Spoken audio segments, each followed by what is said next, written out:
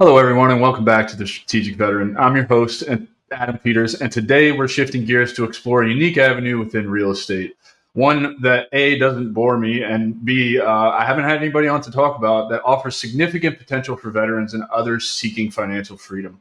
Our guest is Brent Bowers, a former Army officer and founder of the Landsharks, a program dedicated to teaching the power of investing in vacant land. After 8 years of military service, Brent's desire to spend more time with his family drove him to create a highly successful business, and now he's passionate about mentoring others to do the same. Brent specializes in strategies like direct mail and seller financing, making land investing an accessible and scalable opportunity. And today we'll uncover the secrets of land investing and how Brent's methods can help you build a thriving business. Please join me in welcoming Brent to the show. Brent, brother, welcome to the show, man. Wow, what an introduction. I'm excited to be here, Adam. Honored to be here on the Strategic Veteran Podcast. And I haven't done a podcast in like a month, so I'm pretty fired up. I'm Let's probably bring the more heat, man. excited. Let's do Yeah, this. I'm probably more excited than I usually am to do these. So I'm honored, man. And yeah, hopefully I won't bore you too much today. No, man. There's a couple of mentioning the direct mail and the seller financing strategies. I've got a lot of experience with direct mail from the insurance industry, so it's really cool to see somebody out there has building empire still using old tricks. So Yeah, it's not one. slowly. Being involved in the AI world now and moving my AI startup along, direct mail is not something we ever think about. So it's going to be Let's interesting go. to dive in, brother. First question Yeah. for everybody, man. Where did you grow up and what inspired you to join the Army? Yeah, I grew up in a small town called Okeechobee, Florida. Our biggest producer of income was feeder calves, more cows than people. What inspired me to join the military? I had a lawn service. I was always an entrepreneur, always. And as early as I can remember, I was out selling stuff, selling creepy crawlers on the side of the road, started a lawn service with the neighbor's lawnmower. And then I got into real estate in 2007, got my real estate license, bought a rental property, and by 2009, I was like calling my landlord saying I can't afford the rent and had to move in with my in-laws and join the military because I had no other options. I needed to go back to school and start over. 2009. So that's what inspired me. And I did very well in the military for about 8.5 years and really enjoyed it. But I was gone from home a lot. I wanted to be home more often with my kids and my wife. Yeah, particularly joining in 2009, right at the tail end of the surge.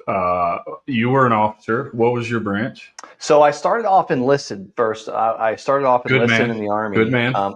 I tried to join the Air Force, but they didn't want me. Same. I had a little arrest record when I was 18. I got into a fight with me and my buddy got jumped by like 6 dudes, and I got 6 counts of battery on my record. So Air Force was like, no, thank you.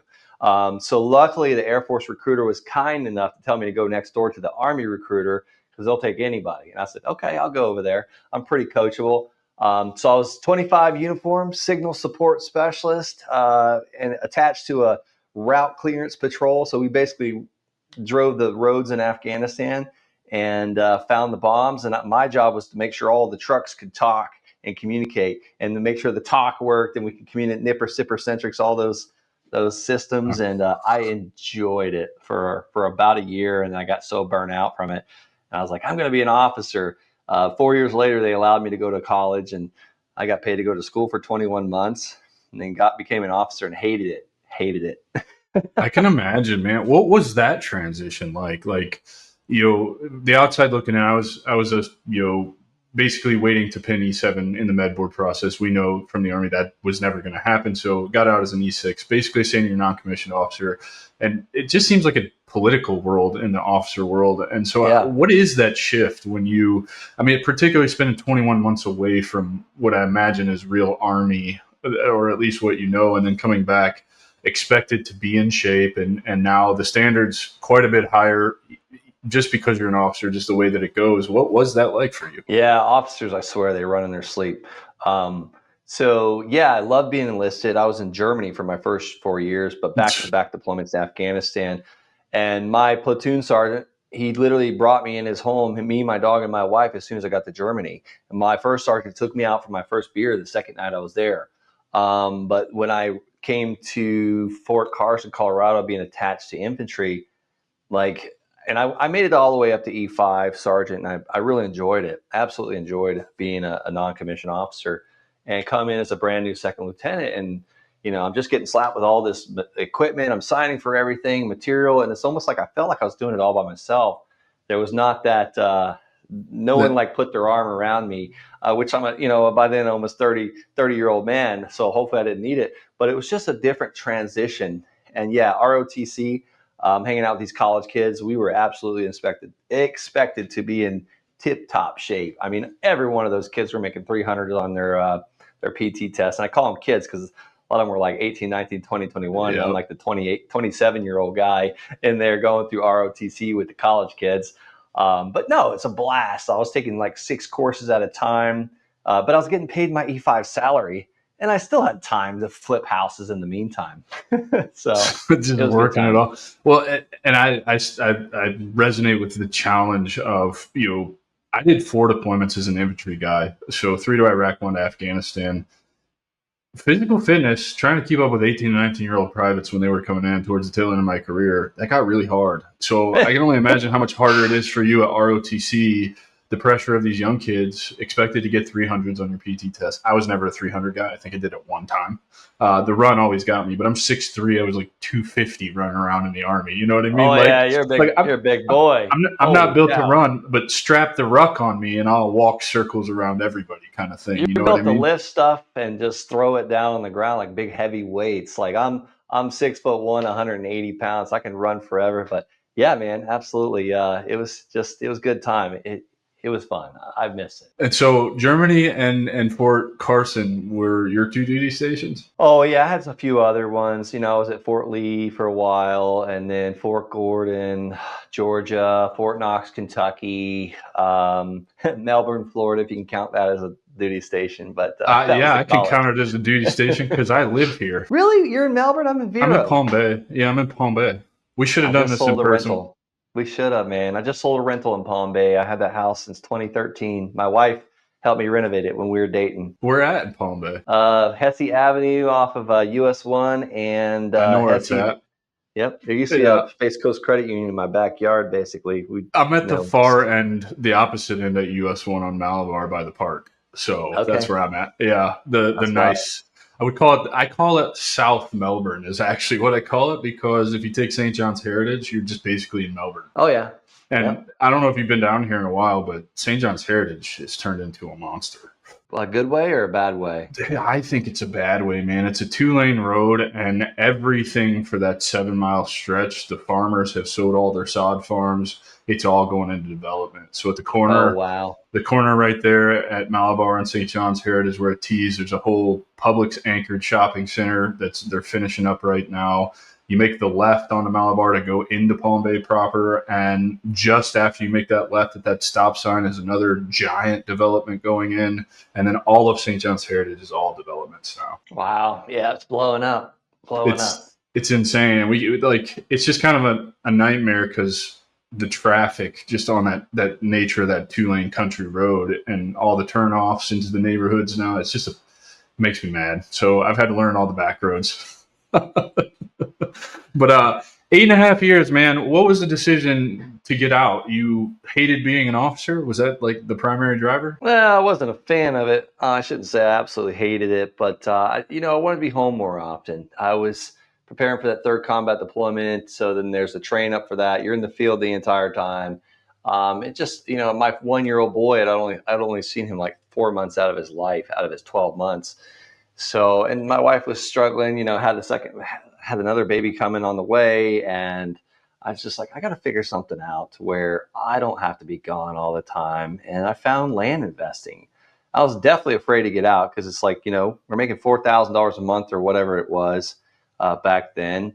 And I was like, I got a mortgage, I got 2 kids, and I got a wife that likes to eat food. So my fear was like, I'm going to be homeless when I get out if I don't build this land business up to where I'm making at least $5,000, $6,000 a month. And so I had about a 3-year runway on my contract. So I worked like crazy every morning and every night to build my land business before I got out of the military, because I was like, I need to make more money when I get out, because, prices ain't going down on anything. No, they're not. What was your transition like? Most people that I talked to on here didn't have foresight like you did to Yeah, I'm one of them. I'm guilty of it myself. It took me, I tell people famously, it took me 8.5 years to figure out what I was doing in the transition. And I only figured that out through an ayahuasca experience. So for you, it sounds like maybe your transition was pretty seamless or not as intense as most of us because I don't know. I think there's an element of you came in as an older, enlistee and then went to the officer route. So you had some time to build an identity outside of the army. Like that's my whole philosophy, right? And I've actually done quite a bit of research on this, and it kind of rings true if you start reading the scientific papers and all of that. I joined the Army at 17, spent a year delayed entry. So I was pre programmed before I came in, and then 13 years from the day I graduated high school to 30 years old getting out. So all of those formative years where I would have gone to college or gotten a first career, I didn't have a chance to build an identity outside of the Army. One, I think this is kind of where it gets out of the studies and the science and the provable stuff, but I think a lot of that's because the consequences are just so much higher for making mistakes when you're a young infantry private. And so, how was your transition given all that? Yeah, I was absolutely freaking out for the 3 years. And then I was also super nervous. I was still nervous, even though I had built a passive income of $12,000 a month net profit coming in every month from land that I had sold. And you were I was nervous. still nervous. So I have compassion for people getting out that are like, what am I going to do? I had 2 kids, a mortgage, a wife, and I was just afraid. I don't know. I had a scarcity mindset, even Mhm. though I'm making $12,000 a month net profit. I was only making $4,000 a month in the military, but and I can share with people exactly how I did it.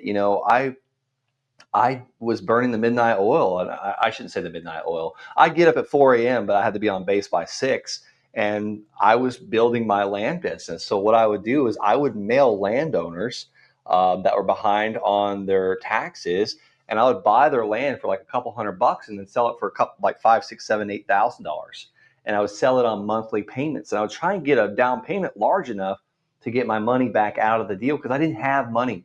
I was Right. literally like my first deal ever, I bought for $285. I didn't even have the money, unfortunately, as a brand new second lieutenant. And I already had 6 rental properties, by the way. But these things were like drowning me. Like I was just always fixing them. Honestly, my Army job paid for the rentals, which was sad. So there was no discretionary income. Like, Right. so that first land deal I bought for $285, I had to do a negotiation with the seller to let me sell it before I could pay him the $285. And luckily, the realtor that bought it for me paid me $5,000. So it Nice. was just like, and then the second one, that's the one that changed my life. I bought that one for $500 and I got $500 down. I sold this on Craigslist, by the way. I sold the land on Craigslist. Got $500 down and $400 a month. So I got my money back out of the deal, got my $500 back. That $400 a month was now paying my truck payment. And I'm like, I told my wife, I was like, Emily, we do this 10 more times. We're financially free. That covers our truck payment, our mortgage payment, our electric, our water, our gas, our diapers, the formula. And it took me almost 18 months to do that. And by the time I was getting out, I was at 12,000 a month. And then I did a big fat land deal that netted me about 55K on that first month, May 2018, when I got out. And I was like, I remember praying. I was like, thank you, God. I made the right decision. Like this is what you want me to do. And ever since then, we just keep doing bigger and bigger and bigger land deals. Well, I love this because it speaks to you could have quit pretty easily, not having the $285 to close the land deal. You could have offloaded your rental properties that were basically, nickel and diming you to death. And that's particularly what I don't like about rental properties is, I've said this numerous times on different episodes of this show with other real estate investors. My brother-in-law and sister, they're in that kind of world. They just bought another triplex actually up in Vero, I think, or actually Cocoa Village. So they just bought a triplex in Cocoa Village, and that's their full-time job right now is fixing that thing. And I see all the just back and forth with all the properties that they own, and constantly having to go and do some kind of work somewhere, and just like it just doesn't. Mm-hmm. That's the part that doesn't interest me, right? That's when I told you Yeah, me offline that either.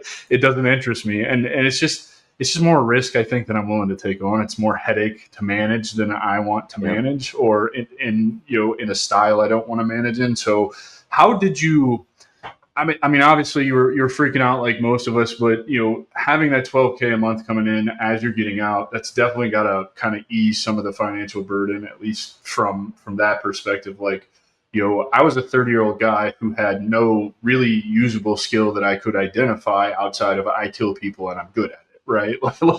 like that's not going to work on a resume. And me being me and just kind of growing up in the environment of the Army that I grew up in from '03 to 2015, I was deployed literally every 11 months for my entire career. Yeah, man. And so I wasn't thinking about putting money away. I was not really focused because of extenuating circumstances with training and just being deployed all the time. I tried college twice. The first time it was still old paper, like fill in the bubbles, get real college book stuff. The second time was online. Both times, 2 weeks in, I had to go right back to the commander and drop the classes because we were going to another 6-week, 8-week field problem, or headed to another deployment. Credentialing opportunities weren't a thing when I was in the Army, or not something that we were turned on to be able to leverage. So for me, I hear in the work that I'm currently doing from a lot of people, well, you should have taken advantage of X, Y, and Z. And it's like, man, you need to take a step back and really realize the era that I served in, that wasn't a reality for me.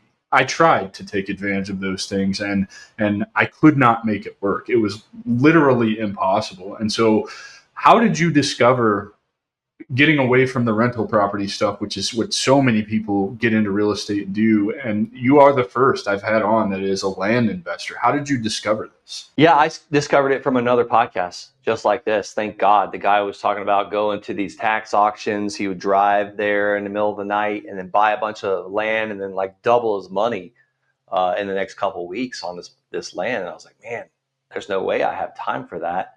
I'm working 13-hour days. We're about to go into the field, but I was like, maybe I can mail these people that aren't paying their back taxes. So I sent what's called, we call it a neutral letter in the industry. If anybody wants a copy of this it's a postcard. I would send them a postcard saying, hey, my name is Brent. I'd like to buy your land in El Paso County, Colorado. If you're interested in an all cash fair price offer, call me or text me. God bless you. And anybody can get a copy of that at the Landsharks.com/postcard. Just go on there and download it. But I sent that out to a bunch of people not paying their back taxes, and my phone started ringing. And I had no clue what I was doing. Honestly, no clue what I was doing. But I knew that one man's trash can be turned into another man's treasure. I mean, my son just did it the other day with a surfboard on the side of the road. This thing was a piece of junk, but he traded it for another surfboard that was totally rideable. And the guy that traded him just wanted to put it up in his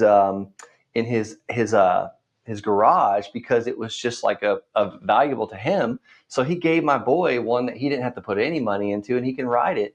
But first he offered him $50, and mom said no. And I was like, why wouldn't you just let him make $50? And I don't know why she said no, but sometimes women have intuition from God. And sure enough, he gets a $300 board later. Like, I'm just like, right. Okay, that was a smooth move. Now he could sell that board for $300, which he's not going to. But it all started with a piece of trash on the side of the road. Same thing with this vacant land. And then when you allow people to make payments to you, you open up your buyer's pool, because a lot of Americans think on how much is going to cost me each month. Case in point, look at brand new Duramax, Chevy, or Dodge Cummins. Like, these are like $80,000, $100,000 trucks that the people are getting for $800, $900 a month. Just break it out in payments. Break it out in payments. So that's what I was doing with my land. And it was almost as if I had a rental property. Now it's like I got 48 rentals, 48 doors, but no one ever comes calling me in the middle of the night saying that their toilet won't flush or the roof's leaking or the boiler won't work. I'm in the process of selling a lot of my rental properties. I own a lot of rentals. I just want to be very transparent. I got 3 for sale right now. 1, I'm doing an eviction. It's taking me forever.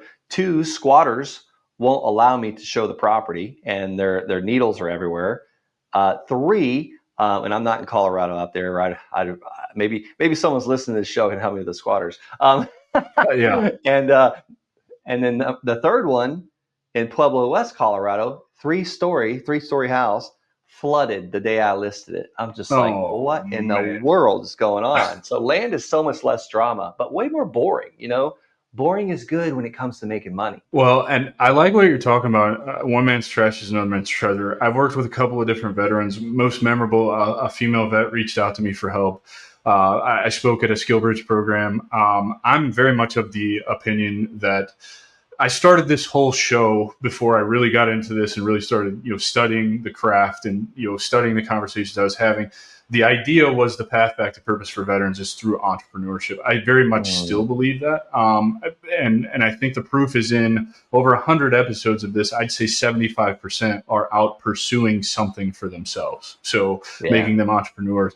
And so talking to this woman, she's like, I don't want to do any of these things that they're trying to push me to do. I've made an extra $40,000 a year just on my free time while I'm active duty restoring furniture that I buy off of Facebook. I was like, so why don't you just do that and ramp it up, double it, take all of your time now and turn it into your full-time job, and you're going to clear six figures forever. Right? Like, and you're going to not hate your life because you already do it as a hobby and you enjoy it.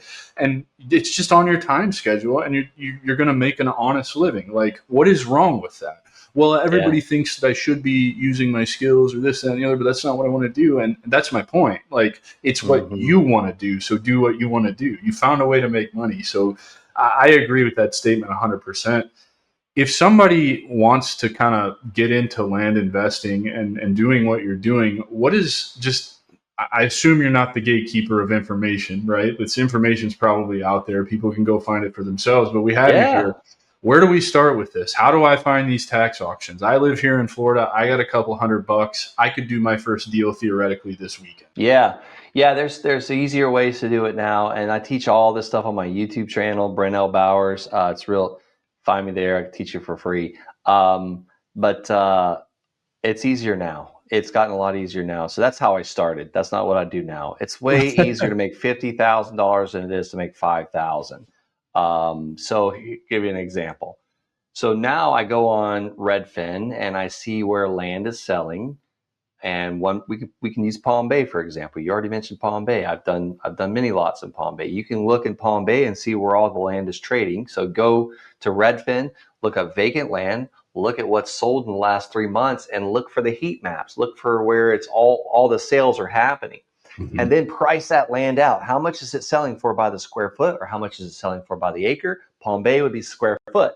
So once you figure out what it's selling for by the square foot, you pull a list of landowners in that area. And you can pull a list of a 7-day free trial if you go to the landsharkslist.com and pull a list of landowners and send them a letter. Send them a letter for an offer amount. Let's just say the land's selling for, I don't know, let's just say $30,000 a lot.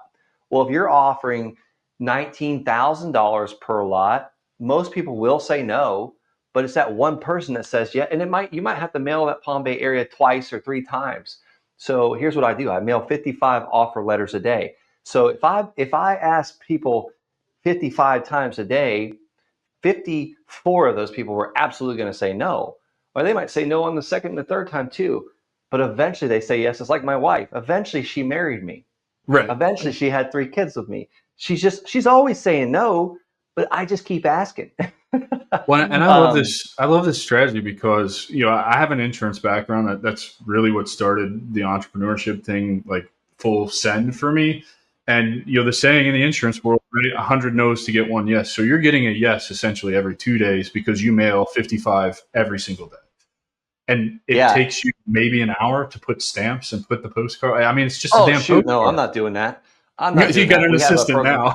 It's called the landsharks.com/CRM. You upload your list in it, you tell it what you want to pay, and it does it for you. Even better. So you built a tool to systematize your workflow. I love that. That's great. I'm really lazy. I didn't build anything. I just found the tool and then I put them.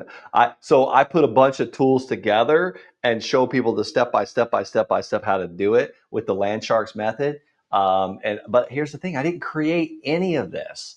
I just found out what worked since 2016, trial and error. I've made a lot of mistakes. I've lost a lot of money, but I've also made a lot of money. I just lost money on a land deal, my first land deal the other day in Texas. Unbelievable. Montgomery County, Texas, lost money. First time I ever lost money on a land deal.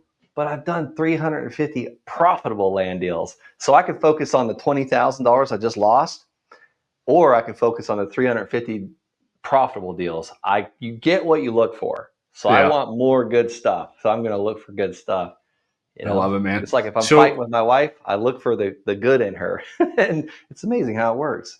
We stop fighting. But Brent, I don't have $19,000 to offer these landowners. How do I do this? Oh, good question, Adam. Oh my gosh, good question. So I mentioned the Landsharkslist.com, where you can pull a list of land owners in the area that you just priced out. Well, here's another cool feature about this program. It's called PropStream, by the way. I know PropStream well. There you go. So you might even have an affiliate link to get someone a 7-day free trial to use it. So use Adam's link if he's got one to PropStream, but you can also find the cash buyers in the area that have purchased for all cash in the last 6 months, maybe like Holiday Homes or Miranda Homes or Toll Brothers or any of these guys buying land for cash in an LLC in the last 6 months. And you see they're paying $30,000 per lot. And you call Jim Peters, because Jim Peters builds houses in Palm Bay, and it really makes Adam mad because he's building all these houses and people are moving to Palm Bay. But hey, Jim, I see you're paying $30,000 a lot. I got one. I'd sell it to you for 25 if you wanted to buy one. Yeah, I'll take a look at it. So you got it under contract for $19,000. Jim wants to buy it for 25 for cash. You're going to make a quick $6,000 assignment fee just by selling your contract. But what happens if I can't find a buyer? How do I avoid getting stuck in a contract with money I don't have? Yeah. Right. And this is particularly speaking to people who are interested in starting out. Yeah. So there's a couple different techniques, and I'm really good. I love teaching people how to do this. I've taught so many veterans how to build very, very profitable. I mean, way more profitable land businesses than what I've built, because I'm better at teaching it than I am doing it myself. So basically, you call that seller, Sam, the seller, and say, hey, Sam, it's been 30 days. I can't find a buyer that wants your land. I'm so sorry. I'm not able to buy it. I know we're under contract for $19,000. What's your email? I'm going to send you a cancellation of contract. So you can start with that and just cancel it. Number two is when I talk to these buyers, now you can pull a list of 100 people that have bought in the last 6 months for cash. And I'm talking to Billy, the buyer, and Billy's like, no, I'm not buying right now. I said, well, what would you need to see the price at for you to buy right now? Yeah. Or why would you not want to buy this? Or what price could you pay? Not could you. What price would you pay? Yeah. Well, Sam says, I'm kind of slowing down and ready to retire, or I've got a few on the market that haven't sold yet, but I can pay $16,000 or I can pay $19,000. Well, shoot, I got it under contract for $19,000. That sucks. So Sam can just buy it and I'd make no money. Or I said, Sam, would you pay 20? If I got you a deal for 20, would you buy it today? Yeah, I'll pay 20. Now I make $1,000. Or Sam's going to pay 20. Now Billy's going to pay 20. Billy the buyer is going to pay 20. Now I call Sam the seller and be like, hey, listen, are you sitting down? This is going to be a tough conversation for me. I hate to have this, but I need a lower price. Market's changed. None of my buyers want to buy for what we've got it under contract for. Can you do any better on the price? I want to do the deal with you. I still want to buy it from you. Is there anything you can do better for me? What do you need, Brent? Or F you, Brent. Like, it happens. Well, preferably I need to be closer to, like, I don't know, you're probably gonna hang up on me. Could you sell it to me for $15,000? There's a long pause usually. Sometimes there's a slam of the phone, but sometimes there's a yes too, because the answer is always no if you don't ask. Of course. So sometimes it happens. Yes. Sometimes, yeah, whatever, Brent, whatever. Like, just take it for $15,000. Let's do it. So now I got Billy the buyer going to pay 20. I just got Sam the seller to go down to 15,000. I make $5,000 for my hard work. It's too easy, man. It's really like you said, well, you do 15 and then shut up. Just wait for them to, whoever speaks first loses kind of thing. What are you seeing with these land? Why are they able to let these go so cheap? Did they just invest early, or they're just behind? It's just a financial suck. Is it all of the above? Everything you just mentioned, but here's one thing you didn't mention. Like, what's amazing about dealing with landowners is most of the time they're not emotional about the land. They've never lived on the land. They've never raised their children there. They've never been like, no one's ever been told land is your biggest investment. No, they've been told their house is their number one investment, which is completely untrue. Like it's a liability because it takes money out of our pocket every month. My house I live in, something is always breaking. Like always, Yeah. like the chimney needs painted right now. We just had to replace all the wood on it. It's just golly. I know my house is 2 years old, and I got to replace all the parts and all of the toilets in the house because cheap builders and whatever. So I get it. Now you're talking about doing these deals to buyers on monthly payments, and I agree with you. I think that's ultra powerful. But what are you doing to protect yourself in the event? How do you protect your investment in the land, because technically it's yours until the buyer pays it off, or pays off the old seller, or however that works. It's kind of convoluted and complicated. However, how are you ensuring on these monthly payments that you protect yourself and you're not getting screwed by the new buyer? Yeah. So it depends. Like if I sell it for we just sold one in Daytona Beach, Florida. Actually, we just got paid off on it. We sold it for like 5 years ago, but he put $25,000 down. He paid a lot more than what I paid for it. And I gave him a mortgage and a promissory note. So I was in the first lien holder position. So if he doesn't pay me, I take the land back with all his improvements. Now, my cheaper land, the stuff I'm buying for like $1,000 and selling it for $10,000, I used to do what's called a land contract or contract for deed. If they don't pay, I take it back. That's cool. So it's just that simple, huh? Yeah, yeah. So I got a cool deal going on right now. I paid like $300 for 3 parcels of land in Finleyville, Pennsylvania. Well, I sold it all 3 parcels for $25,000 for $399 a month. Well, this guy finds my YouTube channel and he sees what I'm doing and I'm teaching how to do this stuff. And he paid me for several months. I made some decent money, several grand from him. So I basically got my money back out of the property. And he said, "Hey, I found your YouTube channel. There's no way I'm paying you for this land anymore. I'm doing what you're doing. I already bought a few." I said, "Great, awesome. Thanks for doing business with me." And I just sat on the land. I never relisted it, never resold it because I was doing bigger deals. And the city reaches out of Finleyville, Pennsylvania, and they're like, "Hey, we want to put a water vault, so we'd like an easement." I said, "I don't give easements for my land. I sell my land, and people don't like buying land with easements." So I was like, "I'll sell it to you." So we went back and forth, lots of negotiation. They're buying one of those 3 parcels from me this week for $10,000. Look at that. See, so patience is a virtue in this game as well. And in my case, it was just laziness, honestly. And stubbornness. I don't do easements. Fuck you. I'm going to sell this to you, or I'm going to sit on it. I don't care what you want to do. It was honestly a gift from God. They're getting a great deal as well because they were like, "How much are you going to sell it for?" And I said, "I don't know. Let me get it. Let me get some comps from my realtor." So I go on Redfin, and I see the same exact land parcel right down the street just sold for $75,000. So I got back to the city. I said $75,000, and they said, "Okay, well, we're going to need to get it appraised, and whatever the appraisal comes to is what we could pay." So I'm thinking like, yeah. So I said, "Hey, I'll hook you up. I'll take the appraisal, whatever you pay for the appraisal, off the purchase price." Freaking appraisal comes in at $10,000, but hey, it's 10 grand, right? Yeah. Like who's going to shake a stick at that? So I think one of the big things as we're having this conversation is due diligence, and really that's crucial in any real estate transaction. But for those looking to get involved in doing what you're doing, what are the questions? What are the things they should be looking at? They shouldn't just be running out willy-nilly buying a piece of land, right? Yeah. Like that's not what you're saying. There is some due diligence that goes into looking at plots of land. What are the things that you would encourage people to really look for, the things that matter the most, that are going to benefit you the most in doing these deals? Yeah, I got a land buying roadmap with all those 14 due diligence checklist items. I highly recommend everyone go get it at the Landsharks, thelandsharks.com/DD as in due diligence. all 14 of these things is something that tripped me up at one time or another, because I'm like buying land for my government computer as the executive officer for a forward support company with the infantry battalion. That's but yeah, awesome. a lot of these things, like, is it buildable?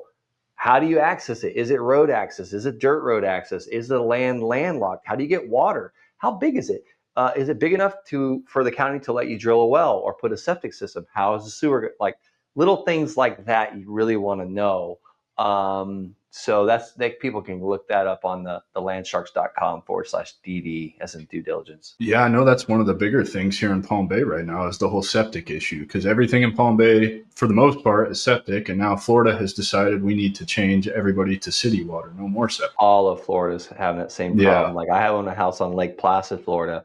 They're trying to put us all on sewer. Yeah, I know some of the other things that are going on down here in Palm Bay is oh God, I just completely lost it. They're like doing some kind of, the city's doing something to help ease that transition for current homeowners down here to switch to septic, or from septic to city. It's a lot, man. There's a lot that goes into this stuff. Yeah, it's a lot of money. Yeah, but we gotta think towards the future of our water and our lakes that are getting polluted from all the septic systems. So it costs a lot of money when a lot of people move to one area. Yeah, man. Dude, how do you deal? So, some of these land deals could take quite a long time, which means you're going to incur some costs. Here in Florida, I know very soon we're all going to be really happy, because I know the governor wants to get rid of property tax for everybody, and I'm all for that. I think that's a great thing. Not that I pay property tax now because I'm homesteaded, but how are you mitigating all of these costs? Because if you're sitting on a plot of land, there's property tax that goes with that, right? Yeah. I usually sell it as fast as possible. Sometimes I just did 2 lots in California. By the time we bought the land and got paid on it was exactly 30 days. So our taxes were like nothing. But the land that I've got in inventory that I sell, I collect the taxes each month, and I pay them every 6 months. What's cool is I put those county taxes on my Capital One card. So I collect the money all year long and then pay it with my Capital One card, and then pay my Capital One card off, and I get all these points. So I haven't paid for an airplane ticket or a hotel room or a rental car in a long time.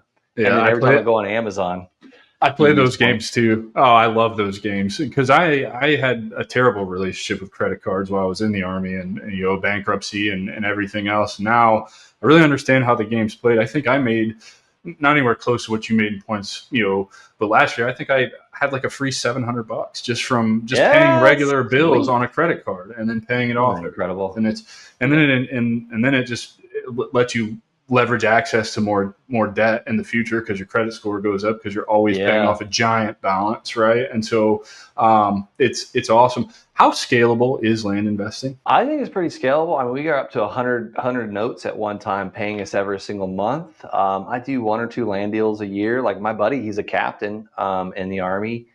While he was in Korea, he did about $900K net profit in 2023 on his land business. And here's the thing: you don't need to make $900 a year. I didn't get into this business to get rich. I really just wanted to have more time, freedom. Like, we're taking most of the summer off with our kids. Like, we'll be in the Keys. We're going to Wisconsin. We're going to our lake house for 3 weeks. I mean, and I was just talking to another gentleman. He's like, we're going to Belize, and then we're taking a cruise. He said, we're taking 3 months off. He's like, you might think that's weird. And I was like, no, that's what I aspire to be in life. Like, I don't think that's weird at all. So it's absolutely scalable. It's such a valuable point that you're making, because it's one of the things that when I talk to vets who are getting out or struggling, who don't know what they're going to do, what direction they want to go, there's a bunch of things you need to do to figure out who you are, define your core beliefs, values, and passions. But the biggest one is define what success looks like to you. And so for me, I'm a lot like you. I want 100% total control of my time. And I just want enough money that comes in every month that if my wife and I want to go to Europe for 2 weeks, we can spend money like a normal family would on a European vacation. Come home, I can pay the credit card without having to look at the bank, knowing that I'm okay. That's it. That's all I want. That's what success looks like to me. The ability to, on a whim, go to Peru to lead a group of veterans and first responders and their families to have such a transformational experience with ayahuasca, and not have to worry about where am I going to get the $1,200 to facilitate this for this group of people, or just collect stamps in my passport, because I learned pretty recently, like, I don't want stuff anymore. I just want memories and experiences and stamps in a passport, even though, what do you know, we're all going digital, so they don't even stamp your fucking passport anymore. Yeah, I didn't get any stamps on my last one at all either. So yeah, we went to Germany, and I think Germany did stamp it, but yeah, it was like I got one stamp out of that whole entire trip. So Yeah, man. yeah, man, I think we got the same views here. It's all about experiences. Now we got 3 kids, and they're not gonna remember the toys we bought them. Honestly, I say don't buy any toys. Let's take them on a trip. We took them on a cruise last year. If they want toys, they'd rather have toys than go on the cruise. But Yeah. that's not for them to decide. We'll decide that. Well, Brent, man, I think we beat the land dead horse to death again. I really appreciate you being here and sharing your information. We will link all of those resources, because you are a true entrepreneur and you've thought of everything, I'm sure.